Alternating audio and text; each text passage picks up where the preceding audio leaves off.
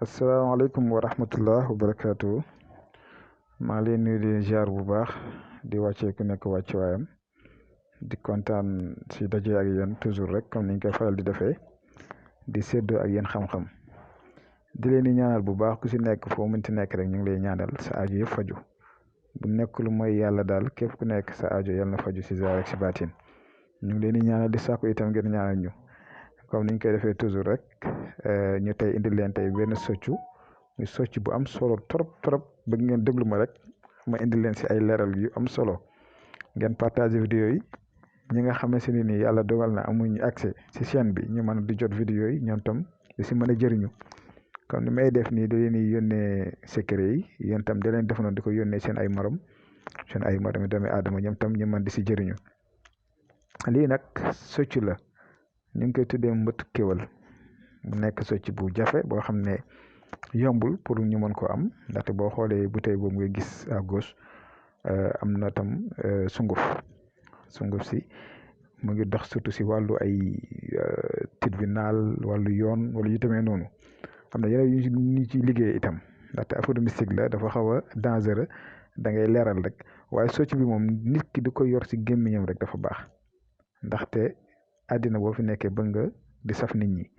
bëgg nga loo wax nit ñi mën koo dégg moo xam nga yor jëkkër moo xam nga yor jabar moo xam nga nekk si entreprise di liggéey moo xam nga nekk politicien moo xam nga nekk artiste moo xam nga ne loo mënti doon nga soxla doomi aadama yi di la déglu te boo waxee ñu mën laa dégg nga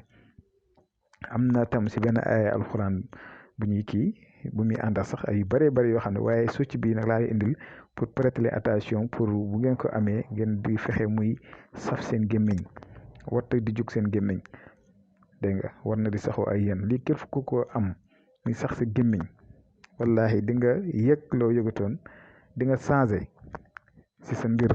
loo yëngatu moo xam commerçant nga ak loo mënti doon di nga santi na daal am na lu yokk si yow loo xam ne bokk si woon loolu moom maa leen ko wax te man mi di waxee yéen dama koy jëfandikoo dina woon naa leen lépp loo xamante ni rek lu ma jëriñ la lu ma xool ba mu leer ma dinaa ko ñëw séddoo ko ay yéen muy socc bu am solo lool. am na sax neneen nuñ koy liggéey noo xam ne tey ji bu amee socc bi nii su ñoo ko gisee nii noonu la xawee nag jafe ba pare xaw a cher boo demee su ñu koy jaay sax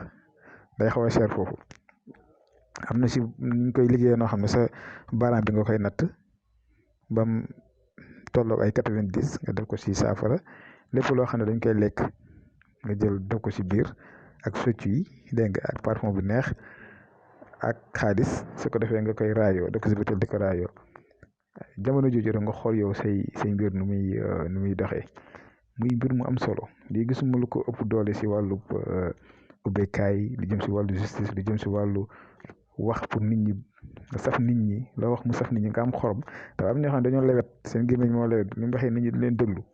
am na ñoo xam ne dañoo am éloquence boo xam ne bu ñu waxee rek nit ñi di leen déglu di leen bàyyi xel kon am na solo fexe na ngeen jëm ko am socc bi di ko soccoo foofu moom si xam-xam foofu laa fa mën a yema yéen ndaxte am na si côté boo xam ne volet boobu dafa xaw a daal dafay expliqué waaw kon loolu laa leen indiloon tey incha allah di leen jox dig daje suba ak jàmm incha allah asalaamaaleykum wa rahmatullah